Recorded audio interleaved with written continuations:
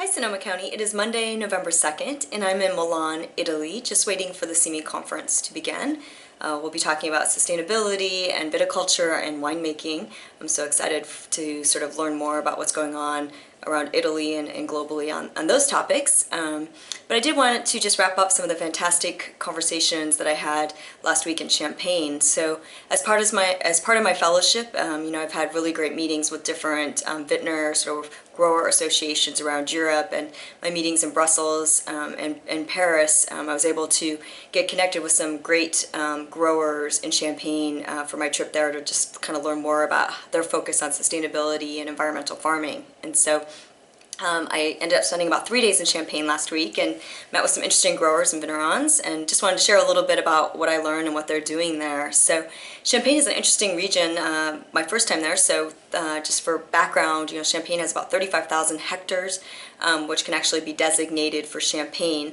Currently there's about 32,000 hectares planted, with some of them going through replant. And so it was interesting. I did ask one grower who had some fallow land, how long he was going to leave the ground fallow before he replanted, and he said, ideally we'd love to leave it 8 to 10 years, but reality is maybe 1, maybe 2, just because we can't afford to do it. So further validating sort of that notion that farming is farming. It doesn't really matter where you're at, and you have to have the land be productive in order to afford to keep it. So the really sort of interesting thing for me, or learning for me in Champagne, was this idea of press houses and sort of the relationship between growers and vintners. And so unlike our relationship for the most part in Sonoma County, where the winemakers are intimately involved in sort of the grape growing process in terms of crop thinning and when they want to harvest and actually walk the vine rows with the grower, and really kind of that notion that the winemaking really starts and a lot of it happens in the vineyard. Here in Champagne there's not a lot of that. What happens is the growers grow the grapes, and then actually they're deciding the farming practices, they decide when to harvest, and then they take them, the grapes, to what are called press houses. And so the idea is to get the grapes off the vine and pressed as quickly as possible. So most grapes don't travel more than, I think it's 4 miles in the Champagne area before they make it to a press house where they're pressed. So then the winemakers, the Vignerons, Champagne houses, actually go to the press house and they pick up pressed juice. So they actually don't really, for the most part, interact with the grapes at all, unless they have some pretty unique contracts set up or actually own the vineyards as the Champagne house, so kind of a state fruit. And in this way, the model in Champagne is to really focus on blending. And so whether you're buying from the Grand Cru or Premier Cru, you're trying to buy from different growers, and then you take those different press juices, and it's a long process of blending. So I was kind of interested to see some of the different conversations and different models. So one of my first meetings, actually, while I was in Champagne, was actually with Charles Phillipe. There's a picture of us at his winery, and the really cool thing about Charles is that he's very focused on environmental farming and really wanted to have a better relationship with his growers. And so Charles is 16th generation, 16th generation grape grower in Champagne. So I know we get excited about 5th, 6th, and 7th. So just imagine, as we can continue to preserve agriculture in Sonoma County, that someday someone's going to say they're 16th generation farmer in Sonoma County. How awesome is that? So, but Charles is just amazing. So he actually really wants to be able to have all of his grapes farmed through that new program that was started in 2014, the High Environmental Value Certification. And so he actually went to his growers and offered a premium. So this doesn't sound unfamiliar to some of us in Sonoma County, but offered a premium for that sort of environmental certification for those grapes.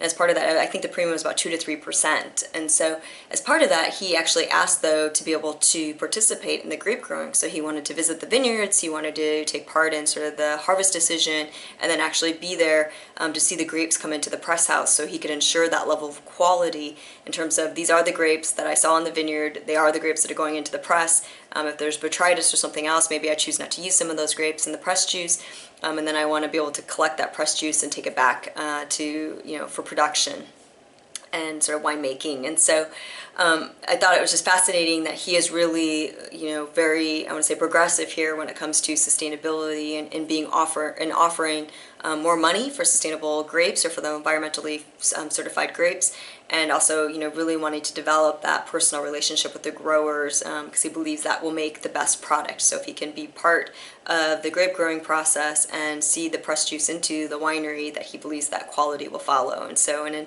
tasting his champagnes, they were quite fantastic. So that was one great story. Another interesting story is we met with the gentleman sort of who runs sort of marketing communications for Mai, which is Champagne.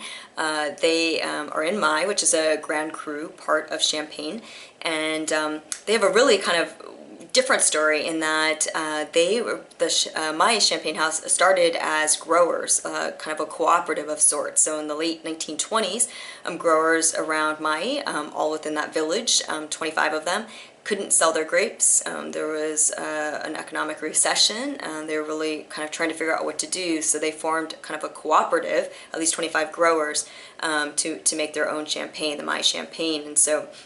And that way it's kind of a unique thing because the grapes come from these 25 growers, all from the same sort of village, appellation, if you will, of Champagne. And so what typically, the Vignerons like to blend from all over Champagne and different Grand Cru vineyards to Premier Cru vineyards, that's kind of the art of it, is that instead all of the grapes are coming from one village. However, they've taken those 25 growers and they've divided their acreage up into 600 different unique plots, and so where they actually harvest at different times, follow the fruit differently, and so that was pretty interesting. They're also focused on getting the high environmental value certification. So as kind of the Vigneron side of it, they have been doing a lot of education, and they've actually hired what would be kind of the viticulturist to go out into the vineyards and work with the growers to do that certification. So because this cooperative is unique in that it's kind of grower owned, they're the board members and also make the product.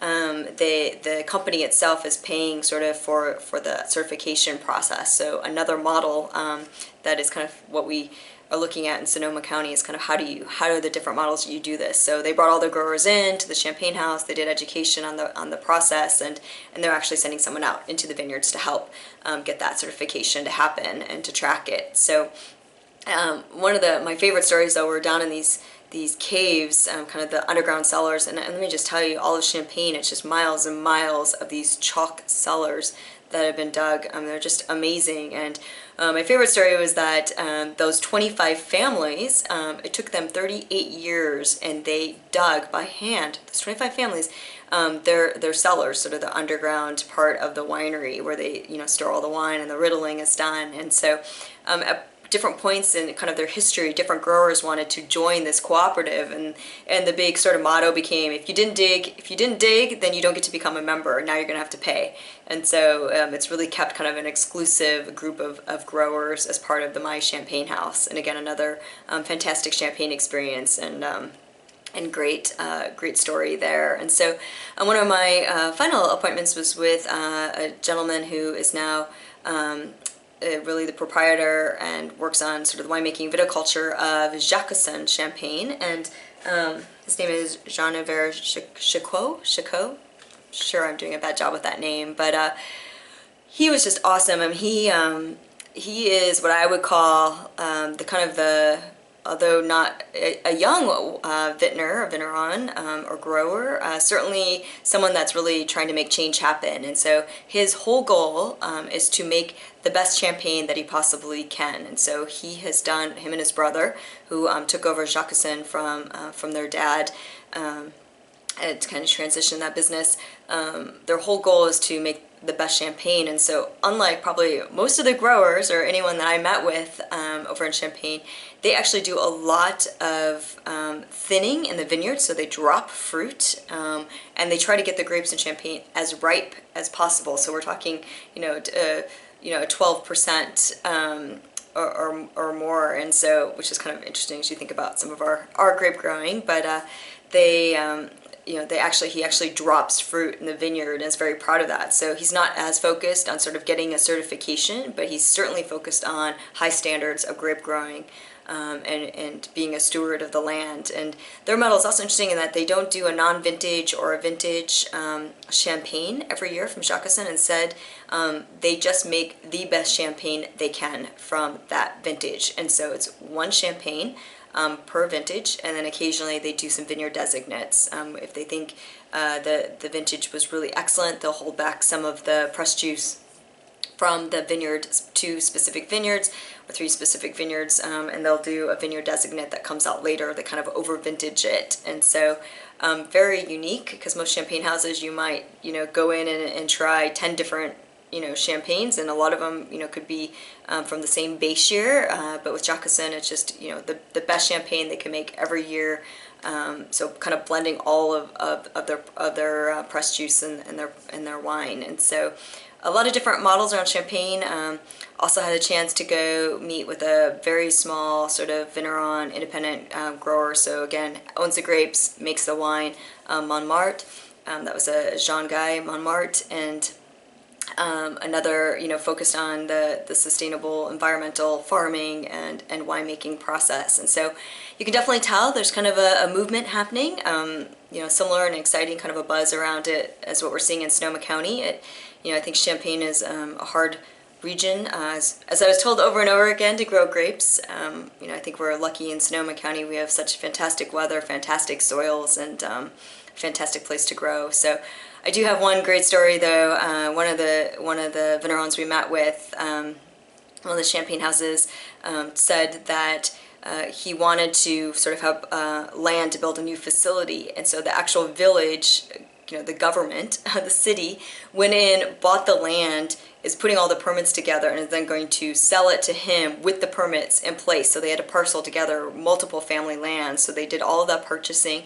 They're going to do all of the permitting, and then they're going to sell this land to the specific champagne house with the permits intact. So a little different than some of the support we sometimes get in Sonoma County, but I thought what a fascinating process. So I guess it really goes to show how the whole Champagne community relies on agriculture and farming, grape growing, and the champagne making here to really support their livelihood. And so I thought that was a fascinating story. So I had a great trip to Champagne, some fantastic people there.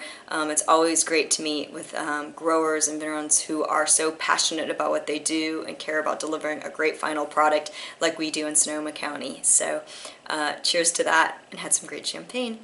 Talk to you soon, Sonoma County.